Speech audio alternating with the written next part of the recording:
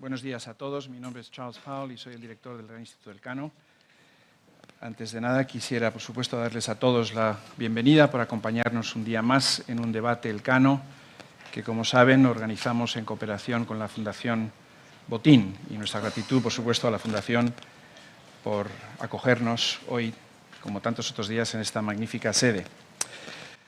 Hoy les hemos convocado para hablar sobre las inminentes elecciones europeas que sin duda están suscitando un enorme interés tanto entre la opinión pública general como entre la comunidad académica y científica que se dedica a estos temas, y probablemente esto sea así por al menos tres motivos. El primero, que quizás sí es ligeramente novedoso, es que en muchas de nuestras sociedades existe una cierta preocupación por la salud de nuestras democracias representativas, preocupación que obedece fundamentalmente a la aparición y al auge, la irrupción en algunos casos con gran fuerza de fuerzas políticas nuevas, que a veces denominamos populistas.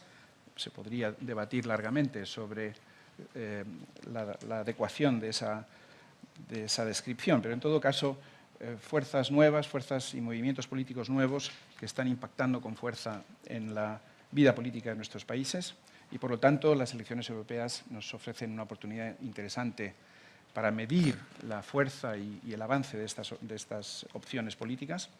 En segundo lugar, estas elecciones son sin duda muy importantes por la creciente importancia del propio Parlamento Europeo, y aquí tenemos una primera paradoja interesante. Durante décadas los integracionistas, los partidarios de avanzar en el proyecto de integración europea habían venido reclamando cada vez más poder para el Parlamento Europeo, proceso que se culminó en su día con la adopción del procedimiento de codecisión, eso que hoy llamamos el procedimiento legislativo ordinario, y sin embargo, en estos momentos hay muchos integracionistas que ven con cierta preocupación el hecho de que en el futuro Parlamento Europeo quizás pueda haber entre una cuarta parte y una tercera parte de la Cámara que sea francamente hostil a una profundización del proyecto europeo. Esta probabilidad, por cierto, ha aumentado notablemente una vez que se ha confirmado la participación del Reino Unido en estas elecciones y, como todos ustedes saben, el Brexit Party parece ser que va a tener unos resultados especialmente buenos en dicho país.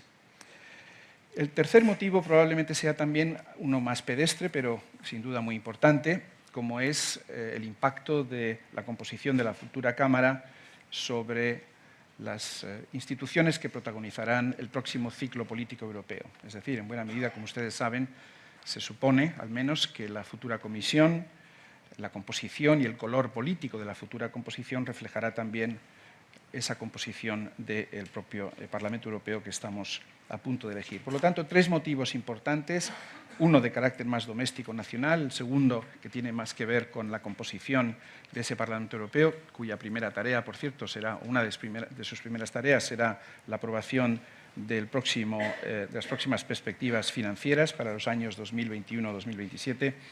Y, por último, la pregunta que a todos quizás nos interesa más en estos momentos, que se refiere a la composición de las instituciones comunitarias que tendrán que regir el futuro del proceso de integración en años futuros.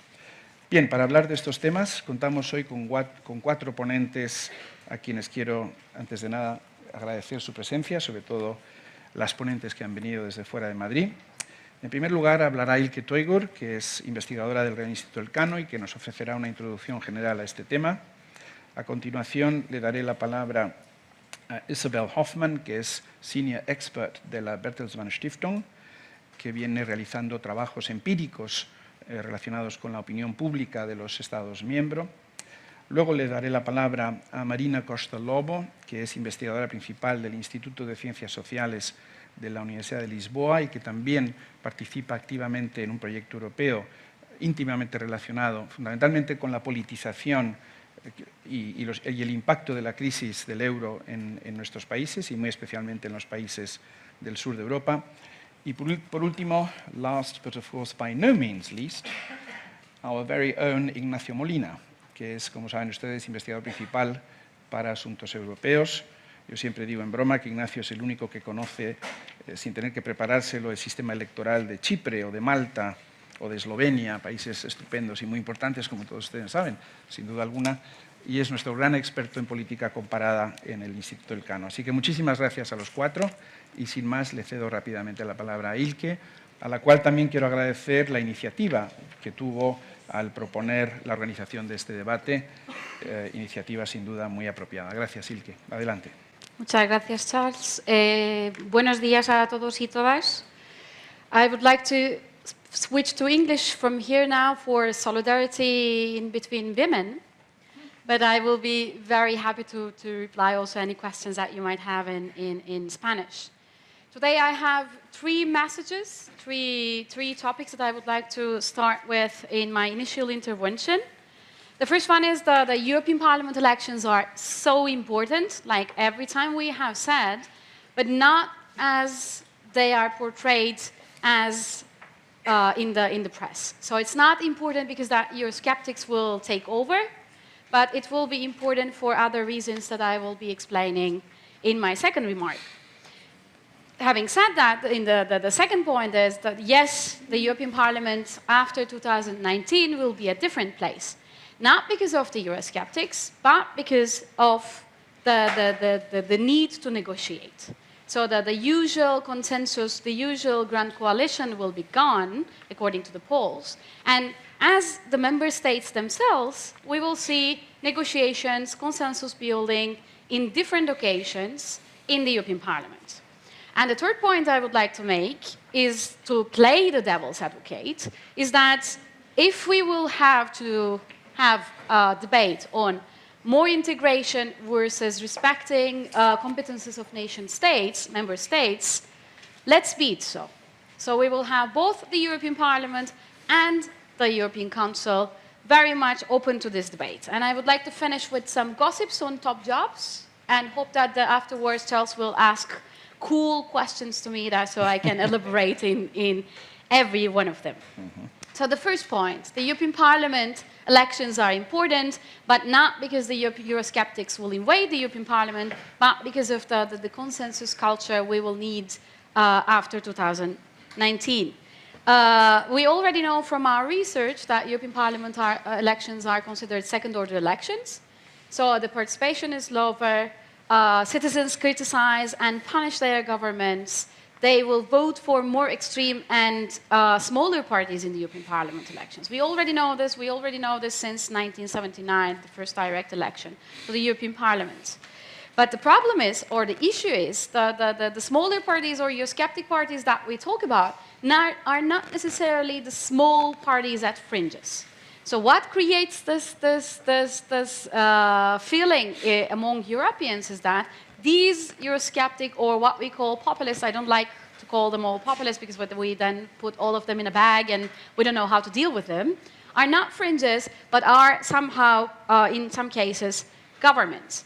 But as I already underlined, the core difference from all the previous parliaments we have had is the necessity to build consensus beyond the grand coalition.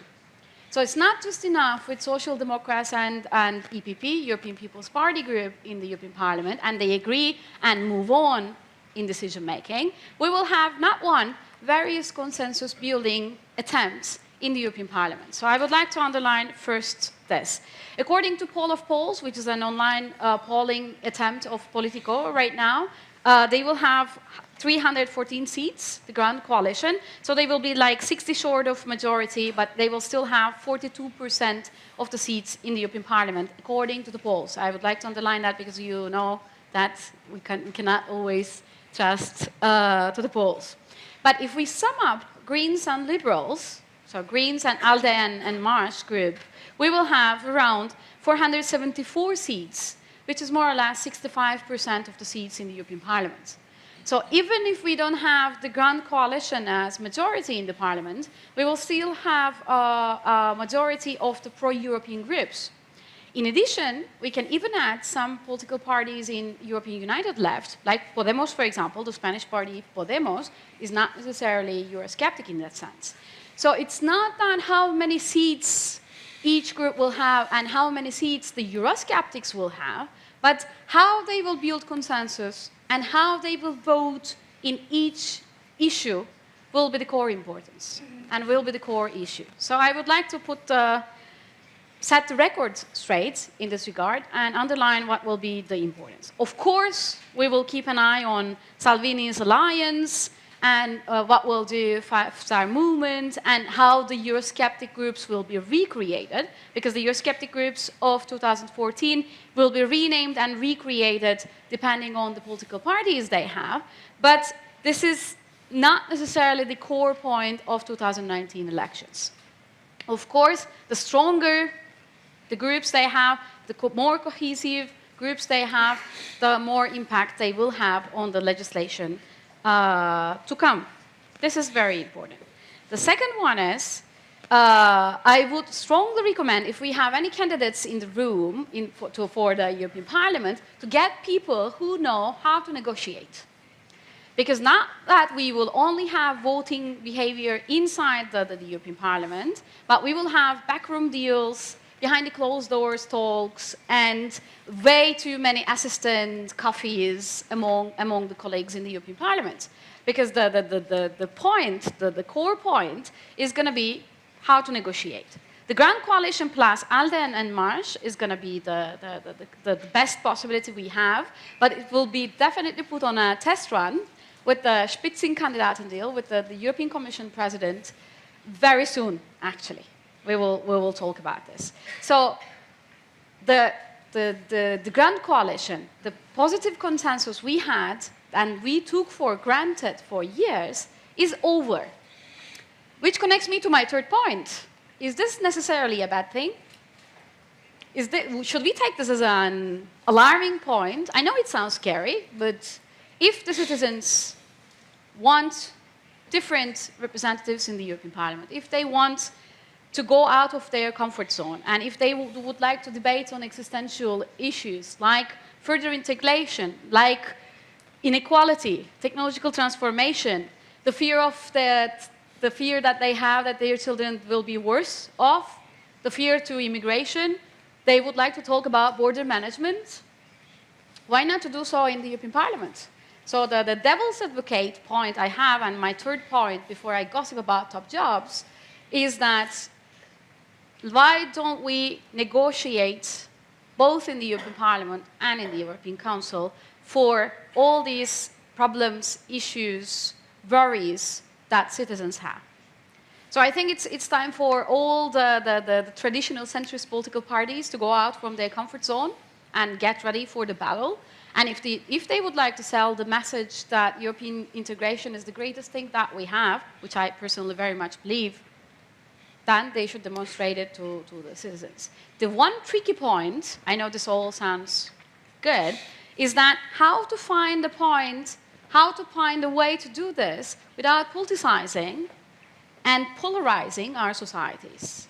Because it's the tricky point when you are playing with other actors and other Eurosceptic or populist parties in that sense. You are not necessarily dealing with a fair competition. So it's our task as intellectuals and as political parties, I think, and as candidates and MEPs in that sense, to find a way to talk about these issues, to talk about these problems that citizens have, but not necessarily in a politicizing way or polarizing way, better said, because politicization is not necessarily a bad thing as such, but to find a way to talk about this. Just my final point on the gossip on top jobs, European elections are not just about the composition of the next European Parliament, but also choosing the top jobs in the EU. Since the last election, we have a greater demand of voice in the European Parliament for the selection of the European Commission, but the division and division in the European Parliament and the existence of various political groups will make it very difficult. The fragmented Parliament will make it very difficult to build consensus and to go for choosing leaders. So it might take time, and the European Council will take advantage of this. So we will see as the first test to the European Parliament and its capacity to consensus building with the European Commission President and then the European Parliament President and all the structuring of the European Commission. It will be a test run, but I think it will be a good start to see if our recently elected members of the European Parliament are capable of adapting themselves to the realities of their nation states, because this is also the nation state politics right now, negotiations, coalition building in the European Parliament. I think I will stop there. Thank you. Thank you, Ilke. Isabell. Well, thank you very much. Thank you, first of all, for inviting me to this brilliant location and this interesting talk. I think my job here on the panel is actually to give an overview of a motivation for the polarization and the changes in the political landscape we are seeing right now playing out in front of us, and we will probably be seeing in the results of the European elections. So the work I'm doing started basically in 2014 when we started Opinions. Opinions is a regular survey that is selected European-wide. We do ask questions in all member states of the European Union when it comes to concerning. So what we do, I kind of restart because I lost my thought. So we started Opinions in 2014, and we were actually motivated by a certain frustration that came out of the Eurozone crisis.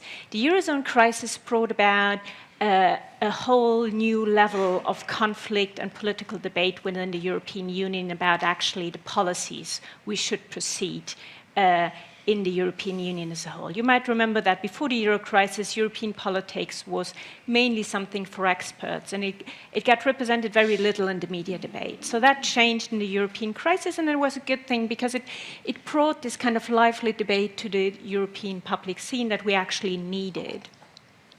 But all of a sudden, politicians started quoting their citizens, and they always started using their citizens as a reference mainly when they wanted to prevent something. So it always kind of, or it seemed to us, it always used to be an argument in order to not to do something. We really cannot talk about this because our people would never allow us to do such. So, and we looked at the European Union as a whole, and we could see that there was actually very little data telling us what people actually thought or did not think, what they felt or did not feel.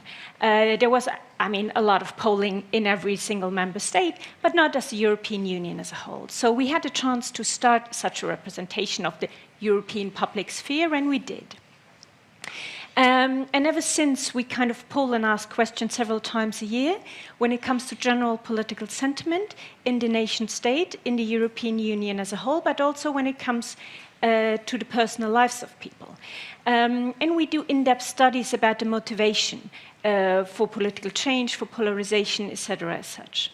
And what I'd like to share with you today is just some main findings and patterns that kind of keep coming up from the data that help to explain the phenomena we see today. So I think the first and foremost pattern that is important to us is that we kind of see time and again the importance of fear when it comes to framing and forming your political choices, particularly when you tend to move to the edges of the political system. So this might not come as a surprise because there are two main narratives within the public sphere actually why this polarization happens. So the one narrative is, well, this is a reaction of fear, and we can see that as a data, and you think, oh yeah, it always has been out there, but I can tell you when you see it in the data, like in an empirical statistical way, it has a certain charm, it has a certain magic to it, because there's a claim and then you see it as a proof and you think, yeah, right on. So, and then there's another narrative out there, and that is, well, very conservative people just don't feel represented anymore in these very liberal societies that we're creating. And so far we have not been able to find a lot of evidence for that.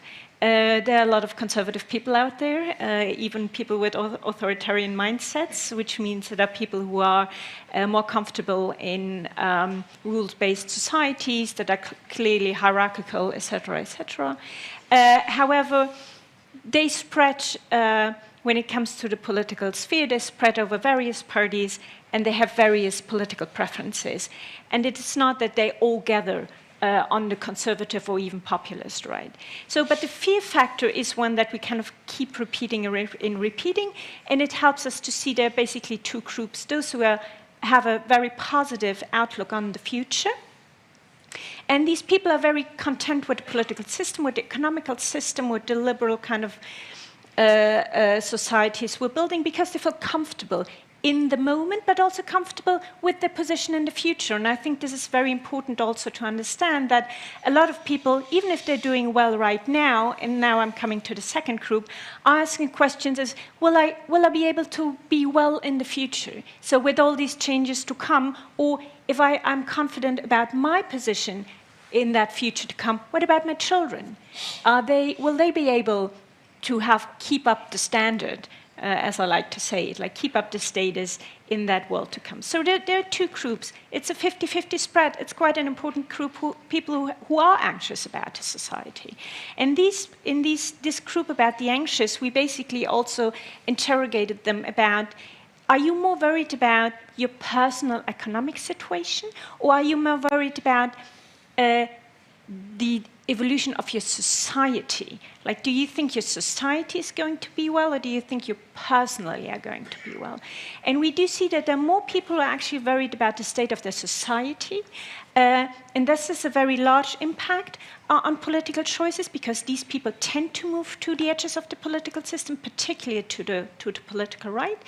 And interestingly, much fewer people are actually saying, I'm worried about my personal economic situation. So there's, let's say, almost 50% of people within the European Union as a whole who are worried about the state of their society, and let's say 40% of people who say, I'm worried about my personal economic future. The other thing is that we keep seeing is that people who are worried and who are negative about the political system we live in, and who are negative about more negative about the economic system we live in, and who are more skeptical about the choices of societal values we're making, these people are moving more to the right. So when it comes to fundamental opposition to the system we're having, economically and politically, these people tend to move to the right these days. And I think this is interesting to point out, because let's say 10 years ago, the instinct would have gone of saying, well, these people move to the left, right? Mm-hmm. This is a very kind of a system-rejecting, very anti-capitalistic kind of discourse we're having about the societies we're building. These people are sitting on the left. Now they rather move to the right.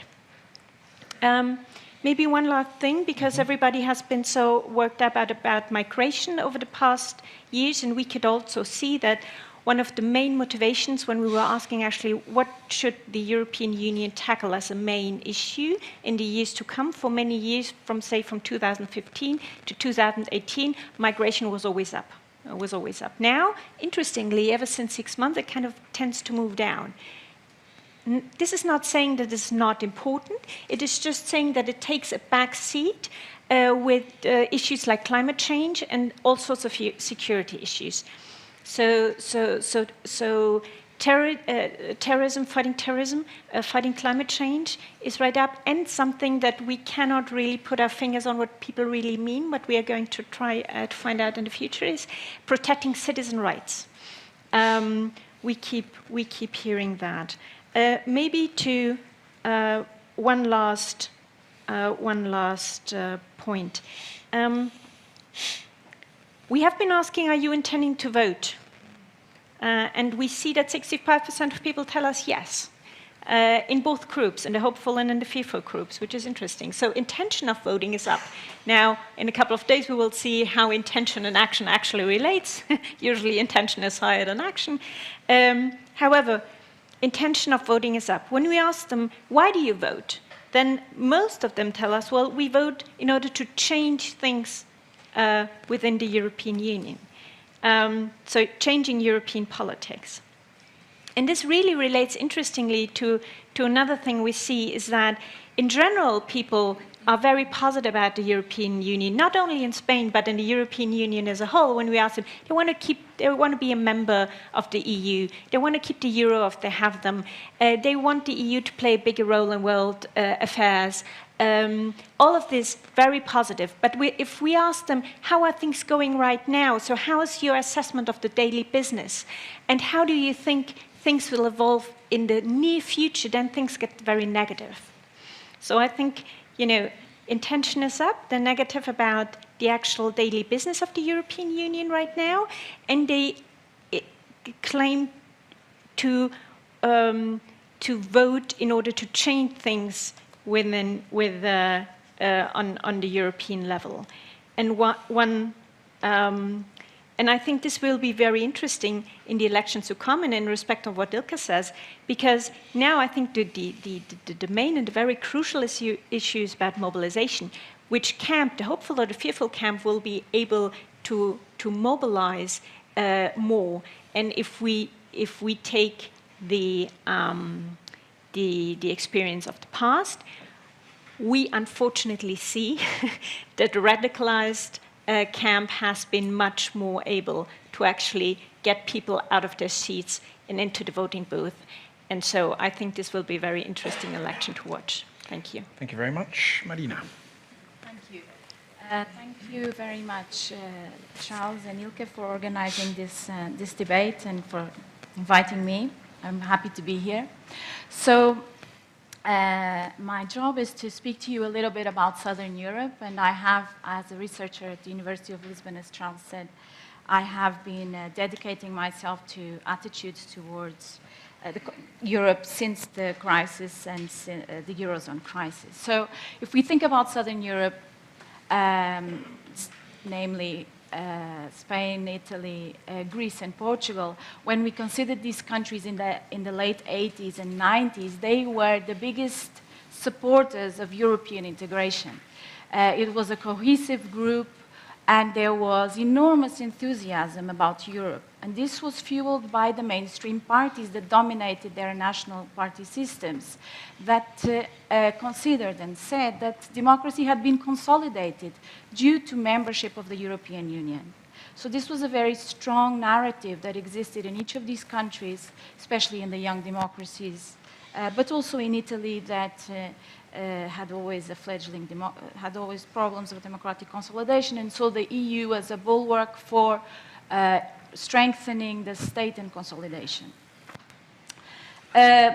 This has changed due to the crisis that occurred since 2009, namely the Eurozone crisis, but also the refugee crisis. If we look at 2014, European elections, we see that in Greece, the first party is Syriza. It's no longer, so these two mainstream parties, New Democracy and PASOK, this coalition of pro-EU parties has been broken, and Syriza, Eurosceptic party, in 2014, is the most voted party. In Italy, Movimento 5 Stelle, also Eurosceptic, is second party in 2014. And as you know, in 2019, the likelihood is that we get the extreme right populist Salvini with Lega Nord plus Movimento 5 Stelle, second place, third place only, Forza Italia. Spain and Portugal have, in 2014, do not have similar transformations of their party system, nor are we expecting them in 2019, but they have been severely affected in their national party systems due to this crisis. Austerity had left a profound mark on erosion of national party systems that have led to changes in the vote of citizens at the national level and at the EU level, because this is something that you have to consider, is that European elections are seen by citizens as through the filter of national politics. Despite all the salience that Europe has achieved and the polarization, the fact is that people still look at Europe, at European Parliament elections through how they understand national politics, because in fact, despite all the changes to European Parliament powers, as Ilke was mentioning correctly, we're still not electing the government of Europe. We're still not, we're not able to hold responsible the European Parliament for what happened in the last 5 years, and therefore the sense of importance of voting for the European Parliament elections is basically lost. And that is why you explained this low turnout that is a trademark of these elections. Okay, so we had crisis, and this has had a severe impact, but the impact has been asymmetrical. Southern Europe, whereas before we could speak about Southern Europe as a group of countries that were very similar and enthusiastic about Europe, this is no longer the case. So now we have, the reason is the asymmetry of the crisis. So the bailouts did not occur in all the countries. As you know, we had them in Greece and Portugal, Spain only a bank bailout, Italy no bailout. This matters because it matters for institutional legitimacy. Because despite the fact that austerity is common to all these countries, it is different to have a national government bring in external technocrats and admit that they will be determining economic policy for a considerable period of time, such as happened in Greece and Portugal.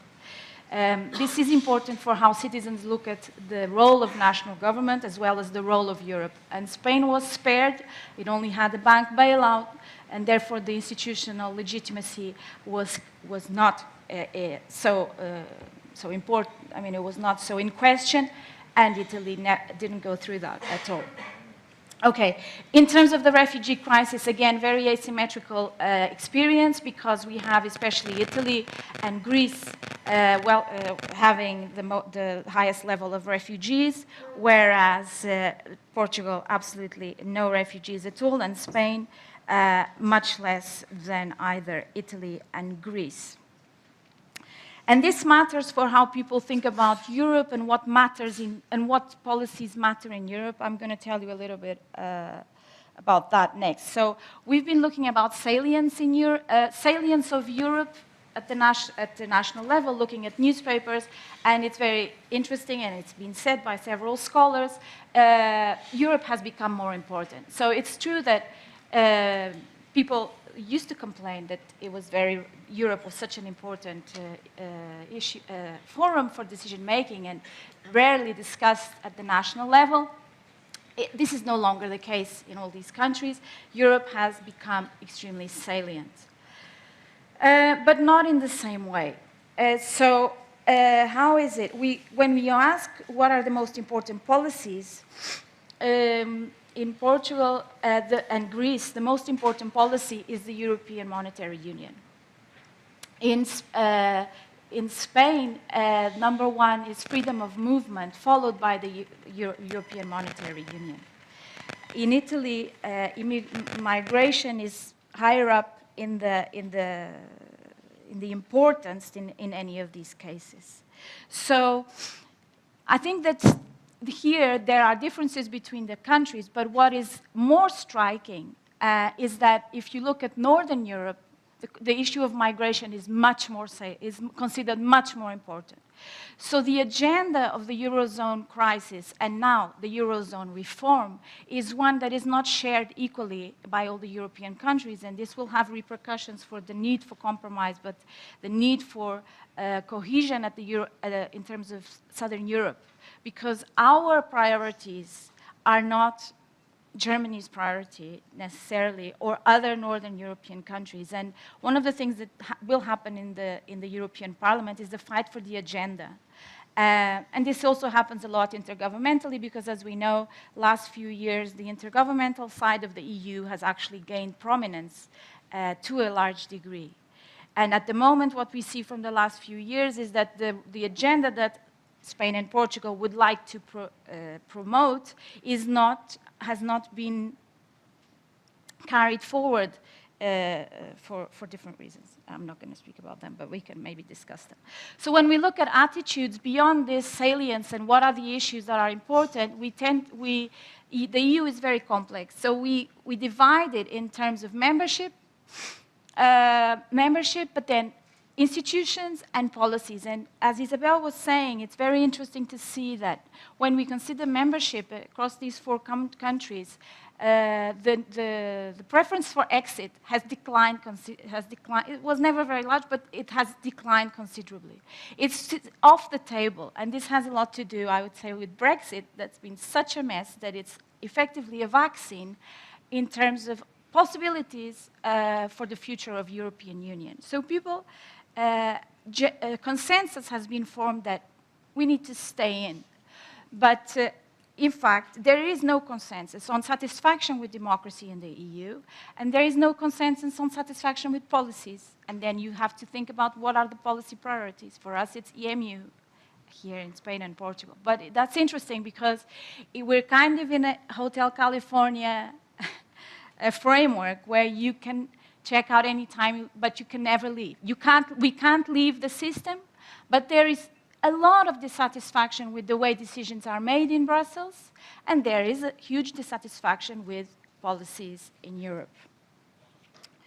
Okay, so given that European Monetary Union is such a priority, I would like to say a few things about that because this is something that we've been working on. And it's interesting to see because it's a policy that economic policy is the main policy for national governments. National governments are evaluated on economic issues, mostly, when people vote. And the fact that increasingly citizens across Southern Europe are aware that economic decisions are not taken by the national governments, they are taken in Brussels.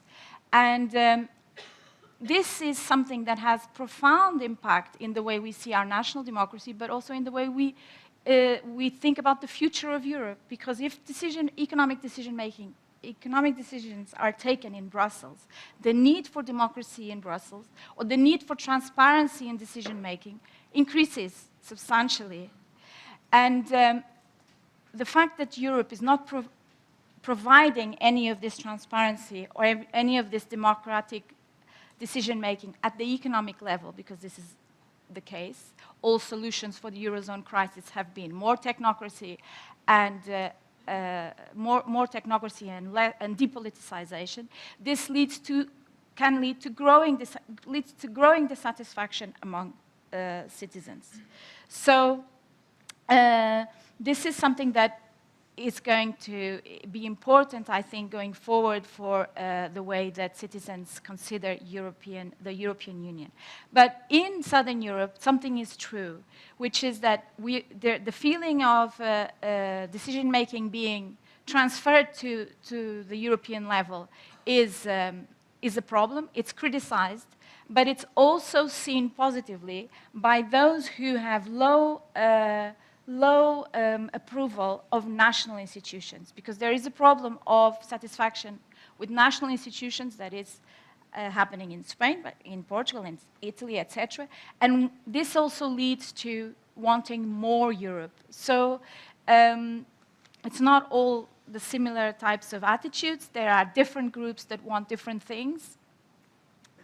But I would say that this would be a major issue that leads people's opinions about Europe, and I would stay there. Thanks. Thank you very much. Well, allow me to switch into Spanish para mi presentación. Es un placer estar una vez más en la Fundación Botín, en el Instituto Elcano, y con los demás ponentes. Yo voy a intentar hacer tres ideas y luego una pequeña coda en el tiempo que se me ha asignado. Hay un politólogo noruego, célebre, ya fallecido, Stein Rokkan, que escribió un libro que se llama Citizens, Elections, Parties. Así que voy a decir una cosa sobre los ciudadanos, otra cosa sobre las elecciones y otra cosa más sobre los partidos y luego una coda institucional. En relación con los ciudadanos, y bueno, ya tanto Isabell como Marina han hablado mucho de actitudes y de opinión pública, pero me gustaría subrayar una cuestión que es evidente, pero es una especie de elefante en la habitación que creo que hay que decir. Hay elecciones el domingo, pero no existe un demos europeo. No existe. Imagínense ustedes que en las recientes elecciones generales en España los representantes o los afiliados o simpatizantes del Partido Popular en Ávila se hubieran alegrado mucho la noche electoral porque en Ávila el Partido Popular había ganado, a pesar del resultado a nivel nacional. Eso sería impensable. O que en noviembre de 2016 los simpatizantes del Partido Demócrata en California se hubieran alegrado porque el Partido Demócrata o la señora Hillary Clinton había ganado en California, pero a nivel nacional, a nivel federal, había ganado Donald Trump. Bueno, esto no va a ocurrir el domingo que viene. El domingo que viene cada uno de los 28 países hará un juicio sobre lo que ha pasado en las elecciones dependiendo de consideraciones absolutamente domésticas. Y esto es muy importante y es una demostración de que no existe esa comunidad política europea. Pero dicho eso, lo cierto es que las elecciones nacionales, porque van a haber 28 elecciones nacionales, el domingo, empiezan, como saben, mañana mismo en Reino Unido y serán durante la semana, aquellos países que no tienen tradición de hacer elecciones en domingo, serán 28 elecciones nacionales que más que nunca han sido sobre Europa, que es una cosa, no es exactamente lo mismo, es decir, tenemos 28 comunidades políticas más europeizadas que nunca, pero eso no significa necesariamente que tengamos ese espacio común. Y lo digo también porque el título del seminario de hoy es hacia un futuro común europeo y creo que esa es una pregunta interesante para que intentemos contestarla ahora y en el debate enseguida. Yo creo que es interesante ver cómo en el Reino Unido, en Italia, en Francia, en los países escandinavos, los países del Este, en esta semana, estas elecciones de esta semana, van a ser mucho más que nunca sobre Europa. Y esto tiene algo que ver con eso que mencionaba también ahora Marina, sobre la relevancia, la salience, ¿no? Más que nunca Europa, y lo hemos visto en los últimos años, porque se ha encadenado la crisis del euro, la crisis de refugiados, la cuestión del Brexit, importa a los ciudadanos. Pero, insisto, eso no significa que tengamos espacio. Y en España, bueno, en España no estamos realmente en esas. Estas elecciones no van a ser especialmente sobre Europa. En esa pauta de que cada vez más países de la Unión Europea están europeizando sus procesos electorales y estas elecciones europeas van a ser sobre eso, España no. Por razones que todos conocemos. Una tiene que ver con que las generales acaban de ser hace poco y tenemos en un clima de dominio absoluto de la política nacional, porque coinciden con las elecciones municipales y autonómicas y, sobre todo, y lo más importante, porque en España tenemos un gran consenso europeísta. Y como existe un gran consenso europeísta es mucho más difícil porque al fin y al cabo los ciudadanos somos animales políticos, ¿no? Eso del zoon politicón. Y nos movemos por esta idea, ¿no? de los que opinan como yo, los que opinan en contra mía. Esto es lo que mueve la política. Cuando hay consenso fundamental sobre el objeto, pues es mucho más difícil crear esto que hemos llamado antes también politización. Segundo punto tiene que ver con elecciones, como he dicho. Y esto me lleva a la idea que decía también antes Isabell en relación con que cuando ellos en sus encuestas preguntan a los ciudadanos por qué quieren votar en las elecciones europeas, cada vez más hay personas que dicen porque quieren cambiar Europa. Esto es esa politización de la Europa que mencionaba antes. Y esto está relacionado con que las elecciones al Parlamento Europeo cada vez más van a dejar de ser elecciones de segundo orden o van a ir moderando, erosionando ese concepto para ser elecciones de diferente orden. Si miran ustedes los sondeos que se publican ahora mismo en Reino Unido sobre qué es lo que van a votar los británicos si hubiera elecciones al Parlamento de Westminster y las elecciones que van a tener mañana, hay una gran movilización en el Reino Unido por el elemento Brexit, pero cada uno de los votantes, dependiendo de qué elección, pues tiene claro que la elección europea va a apoyar a los partidos que más fuertemente se han posicionado en relación con el Brexit y van a sufrir mucho conservadores y laboristas, y sin embargo, si hubiera elecciones a Westminster, los partidos principales tradicionales tendrían más apoyo. Es decir, que el votante está cambiando, esto que a veces se mencionaba en España como el voto dual, ¿no? Que pasaba, por ejemplo, antes en Cataluña. Y esto es un elemento interesante porque ese voto dual o esa diferente forma de votar tiene que ver con la fractura que a nivel nacional, históricamente, tradicionalmente ha sido izquierda-derecha, y a nivel europeo la fractura cada vez es una fractura nueva. Esa fractura que divide, por un lado, ya se ha mencionado también en el debate, a europeístas, liberales, cosmopolitas, por un lado, frente a más proteccionistas, soberanistas, autoritarios, nacionalistas, por otro. Y esto, bueno, pues es una transformación del sistema del sistema de partidos. En España estamos, de nuevo, segundo punto, mención a España, pues tampoco estamos en esas. España es uno de los países donde más fuertemente está instalado todavía la fractura izquierda-derecha. Si miran ustedes a cómo son los panoramas políticos, los conflictos políticos que hay en todos los países de Europa, hace apenas 20 años, 15 años, solamente había un par de Estados miembros en Europa que podíamos decir que el conflicto político que organizaba sus partidos, el dominante no era izquierda-derecha. Irlanda, tal vez Bélgica, donde otros elementos más relevantes que izquierda-derecha habían caracterizado la historia política del país, el conflicto. Todos los demás se organizaban por izquierda-derecha. Piénsenlo ahora y dense en cuenta cómo lo que ha ocurrido, además, en los últimos años, 2017, 2018, este mismo año, es una transformación acelerada de países que antes se organizaban en torno a ese conflicto, ese cleavage, hacia una división nueva. Piensen en Italia. No, ahora ya no, la división fundamental no es de izquierda-derecha, sino el gobierno actual y una oposición más europeísta. Piensen en Francia, Macron, ¿y quién lidera la oposición? Marine Le Pen. Piensen en un país tan absolutamente relevante en su fractura izquierda-derecha como era el Reino Unido. Pues claramente no es a día de hoy lo que mueve las conversaciones políticas en Reino Unido. Piensen en países donde era muy fuerte en Escandinavia. En Escandinavia, durante 50, 60 años, todos los gobiernos eran, o gobernaban los socialdemócratas o gobernaba un bloque que se llamaba en Suecia el bloque burgués. Bueno, pues desde hace poco, de hace unos meses, eso se ha roto precisamente porque es más importante ahora los europeístas frente a las opciones populistas más euroescépticas. Y todo esto es común. En Holanda también ha pasado, incluso en Alemania. En Alemania, que llevan con gran coalición, evidentemente tampoco, o sea, se ha erosionado mucho esa idea de que la izquierda y la derecha lo estructura todo. En España no estamos ahí. En España todavía, y se ha visto en las últimas elecciones, es mucho más fuerte el poder de atracción que tienen los grandes bloques tradicionales izquierda-derecha, y nuestros partidos que potencialmente podrían tener, y que potencialmente no, y que en sus programas son más contrarios o más críticos con la Unión Europea, no lo llevan eso muy alto en sus programas. Ni miramos a un lado a Podemos, ni miramos a Vox, y no se caracterizan por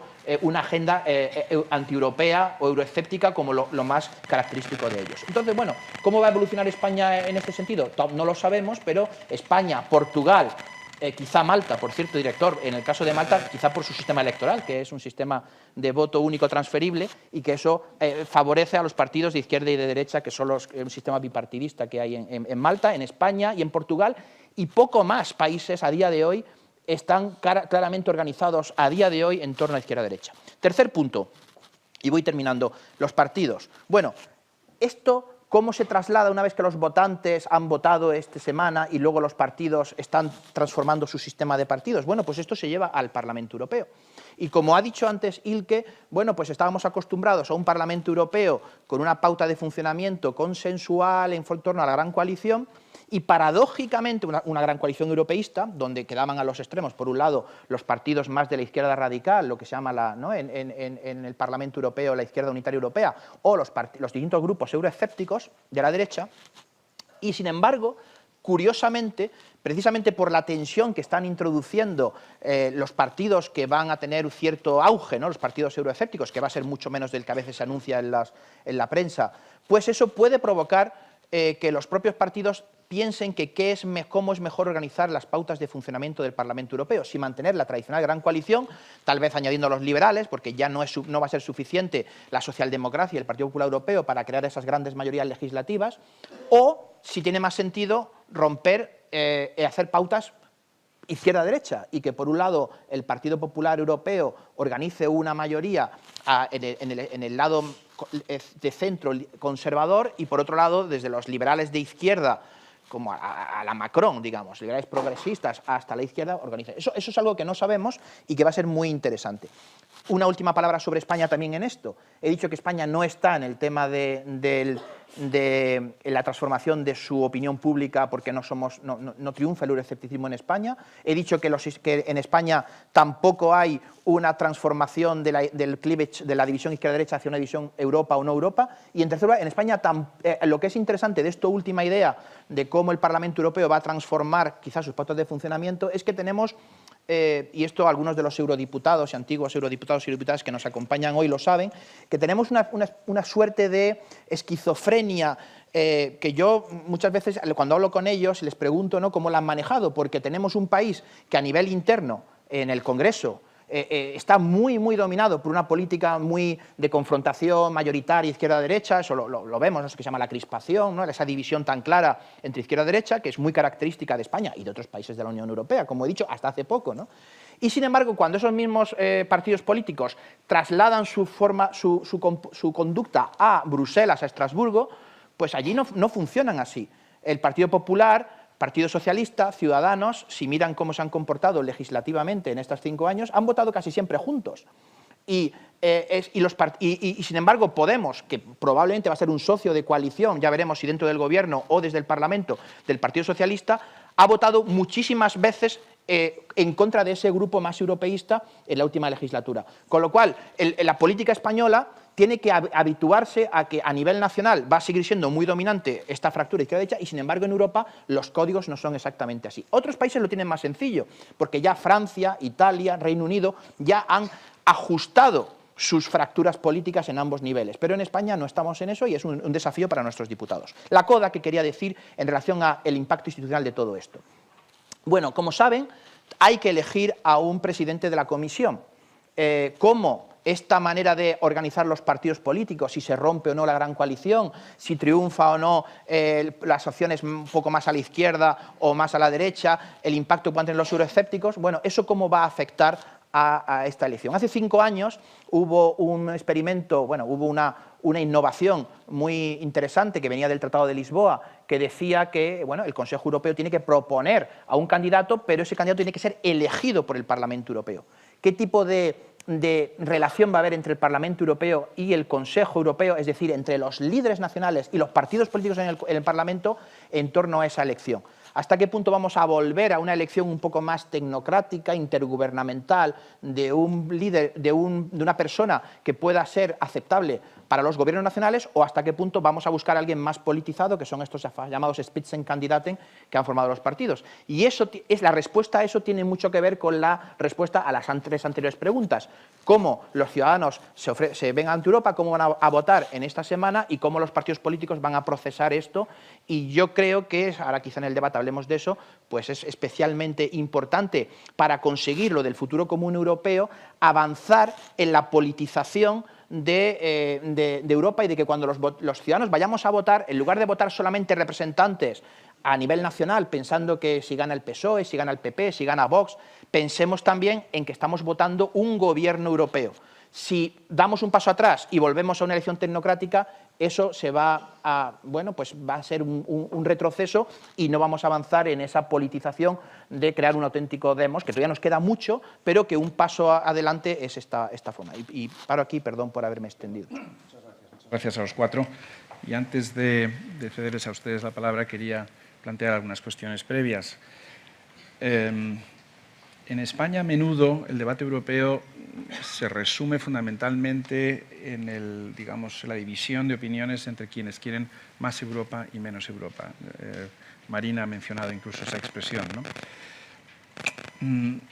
Una cosa que nosotros constatamos mucho en nuestras reuniones internas y también externas es que fuera de España se nos percibe cada vez más como una anomalía europeísta, ¿no? Según una encuesta reciente, creo que del European Council on Foreign Relations, por ejemplo, España es uno de los pocos países donde la mayoría de la población cree que la Unión Europea seguirá existiendo dentro de 20 años. Quizás les sorprenda a ustedes saber que en muchos países hay grandes mayorías o mayorías de personas que ponen en duda la supervivencia de la Unión Europea. España es el único Estado grande donde la mayoría de la población da por hecho la supervivencia de la Unión. Y también damos por hecho quizás que más Europa, como decía Marina, es la solución a buena parte de nuestros problemas. Mi pregunta quizás a todos vosotros, para empezar, sería ¿en qué medida pensáis que esta tensión, más Europa, menos Europa, va a ser el hilo conductor, va a ser el hecho determinante de la actuación futura de este Parlamento Europeo que estamos a punto de elegir? Y en segundo lugar, teniendo en cuenta las prioridades, las distintas prioridades, distintas sensibilidades y preocupaciones que nos ha explicado Isabell en relación con las aspiraciones de los votantes europeos, ¿En qué se van a plasmar estas preocupaciones? Es decir, ¿somos capaces de prever cuáles van a ser las grandes líneas de actuación del futuro Parlamento? Porque a pesar de esta urgencia que hemos inyectado, digamos, en el debate, debido al auge de ciertos partidos, con mayor o menor fuerza, en algunos países más que en otros, quizás escuchándoos, una de las conclusiones a las que llego es que vamos a tener un Parlamento inusitadamente fragmentado, extraordinariamente plural y que quizás esté condenado al bloqueo, en cierta medida. ¿Alguien quiere prove me wrong? Ilke. I think it's time that we decide that the answer is not just going to be más Europa, menos Europa, more Europe and less Europe. I think it's the consensus that we might have. In some issues we will have more Europe, in some issues we will have less Europe. I think this is the point that this is the Parliament that we will need to accept that. I would like to also introduce one of my favorite, very personally favorite concepts, which is differentiated integration. So it's not necessarily that the whole European Union will move towards more Europe altogether, but we will choose some of the countries. Of course, there's criticism, and of course, there's reaction to it, but we might have to accept at the end of the day that some countries will move further towards further integration. When we come to which kind of issues will dominate, I think this is an important part that we should go back to citizens. Because what we were talking about and what Isabell also mentioned is that different citizens in different countries have different preoccupations. It can be inequality in some cases, it can be technological transformation in others, fear to migration, fear to terrorism, how to fight against terrorism could be very important for some, and they are all legitimate issues. Fight against climate change, how to protect our rights, it could be the top on the list of different regions of the European Union. Because the European Union is so big right now. So I think that the European Parliament, the best it can do is that to take these issues and problems into consideration and try to act and try to show that it can come up with legislation or that the Commission comes up with proposals, but at least it can bring the debate into the table in the questions that citizens are worried for. Mm-hmm. Isabella, would you like to? Let me also add something I didn't mention earlier, which is if we do have a more politicized, more polarized parliament, which may actually find it harder to forge viable consensus, then the outcome of this may be a more intergovernmental Europe, of course, because the member states may decide to bypass the European Parliament as much as possible. So one of the greatest ironies of the European integration process at the end of the day may be that we gave the European Parliament more political powers, and it was essentially the Eurosceptics who basically took advantage of these greater European powers in order to block the road to deeper integration, and this in turn led to greater intergovernmentalism. Am I totally absurd, or do you think this is likely? But go back to the other question first, if you like. No. I think you pointed it out in a really. You pointed it out very correctly. I think it will be very interesting to see how the European Parliament is going to adapt to the new situation. I mean, first of all, I think it cannot be remembered often enough. It is not as if there were never be populists in the European Parliament. All of a sudden, there are a lot of populists. Ever since the European Parliament exists, there's a considerable fraction of members belonging to populist, Euro-critical parties. So the Parliament as such is very much used to dealing with these people, but right now they have been very fractured. And I think the biggest issue right now is, will they manage to unify more than they have managed before? I personally do have my doubts, because one pattern we keep seeing is they make big announcements, they make big press conferences, and they're always good for photo ops, right? You have a stage with Salvini, Le Pen, and formerly Strache. then, you know, obviously the press of the world is showing up, is taking the pictures, is going around. It's like the power of the European populist. And then Steve Bannon kind of joins in, and that's it. It's a big blow up, and this is how the future will look like, right? So basically the next day they turn around, they cannot agree on a lot of issues. With the video, I mean, we have to mention it, right? With the big scandal in Austria, and I think this will have an impact, even though I do not think it will have an impact in the various member states when it comes to voting election, when it comes to voter choices for voters who are actually prone to vote for right-wing political parties.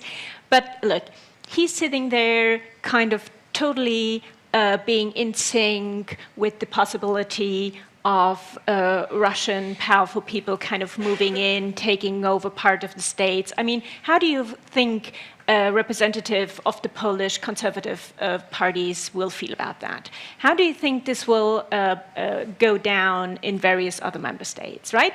This doesn't really bother party members of formerly Front National, now Rassemblement National. But, you know, I mean, this is just one of the big things that will bring disagreement within these people. And so I think it's at least an interesting point and an interesting kind of watch out in the future. However, I think there's another big risk, and that is one of the kind of usual accusation the European Parliament is dealing with is you guys are just too much bothered with your internal affairs and too little bothered with your citizens and the people you are supposed to represent. And I think the way the European Parliament is most likely to evolve after this election is not going to better this. So they will be preoccupied even more with kind of finding out how to create majorities, which is, as you pointed out, being more kind of little round backroom talks, negotiating on a big scale. So is that a good thing? Is that a bad thing? Well, if it helps functioning the European Parliament, you can make the functional arguments, well, you know, people actually want a functional European Union, so that is a good thing. On the other hand, you can make the argument saying visibility is key, particularly when it comes to Parliament, because these people are supposed to create the stage where you see where the political debate is going to happen. And so if this reduces, you know, it's not a good thing in a long haul. Is this? Okay, Thank you. I'll stop here. Yes, and you made a very important point, which is I think that having a nationalist international is a bit of a contradiction in terms, right? Marina. Thanks. I agree with what's been said, and I agree with this idea that we should not be too exaggerating the possibilities of an international nationalist movement led by Steve Bannon. But we also have to consider something else, which is that I think that this great unity of populist right-wing movements will be difficult to happen in practice. But the representation of radical right-wing parties in Brussels can help them to become more important at the national level. Mm-hmm. It's essentially the UKIP story. So we should also not minimize the possible impact that a platform like the European Parliament can have for national politics, which then comes back to the EU with a vengeance at the intergovernmental level, because mainstream parties become very much constrained by these extremist parties within their national party systems. So I see that as a real risk for the future of the European Union going forward. I mean, if we look at Italy, we also see that Movimento 5 Stelle had an excellent result in 2014, and they are now in government. I mean, there is a path of these extreme right-wing parties for progress via the European Parliament into national politics and back. So that is a risk, and the other risk. on polarization in the European Parliament. I agree with what Ignacio was saying. There's this agreement, this consensus between PPE and the socialists is demobilizing. If the main parties, and this is kind of what happens in Spain, right? If everybody agrees on Europe, we're not going to discuss it. And this is going to be this might be broken in 2019 if the Social Democrats turn more to the liberals and even to the left. I know that Macron is trying to organize such polarization, and this could be interesting from the perspective of electors and giving more attention to Europe and what's going on in the European Parliament. But again, there are risks because the contingent, because what is going to be debated? More or less Europe, okay. Not exactly. Imagine having a state where in the national parliament up to 25% of MPs are debating exiting the government, the country, secession. This poisons the political debate. One thing is to debate policies, one thing is to debate institutional change. The other is to debate leaving. And these parties are going to, they're going to try to capture the political agenda on a European Union of the nation states vis-à-vis European Union that is supranational. If they do that, I think it's negative it's a politicization that is negative for the European demos. Mm-hmm. A friend of mine likes to say that that populism, like cholesterol, you have a good populism and bad populism, And I raise this because Ignacio and you were both suggesting this in a way. I go back to my original point, which is that the label populism is slightly tricky and multifaceted and not always helpful, perhaps, but the deeper point is politicization. In other words, as Ignacio was suggesting in particular, European elections are beginning to matter more, albeit sometimes in unwanted ways and with potentially unpleasant consequences, but the fact is that politicization seems to be here to stay. Ignacio, una última palabra y cedemos la palabra al público. Bueno, en relación con las dos temáticas que has suscitado, la primera sobre si todo lo que es este debate un poco simple no en un sentido peyorativo que tenemos en España sobre más o menos Europa, no se traslada exactamente igual al resto de Europa. Yo creo que si uno mira a cuál es la actitud dominante en la política de Holanda y de otros países que han hecho esta coalición a la llamada hanseática, o si mira también incluso a los países de Visegrado y a algún otro, como puede ser Austria o incluso Italia, que tienen unas actitudes relativamente similares, yo no estoy nada seguro que podríamos decir que estos países no son europeístas. Lo que pasa es que están planteando, probablemente desde luego no están planteando avanzar en la integración, eso es cierto, pero, por ejemplo, lo que muchas veces suele ser muy dominante en los europeístas holandeses es que ellos consideran que politizar la Comisión es algo malo para el espíritu de la integración europea, que precisamente había considerado que la Comisión debía ser la guardiana de los tratados y preservarla un poco de la politización. Entonces, no es necesariamente una discusión más o menos, sino qué tipo de Europa es mejor.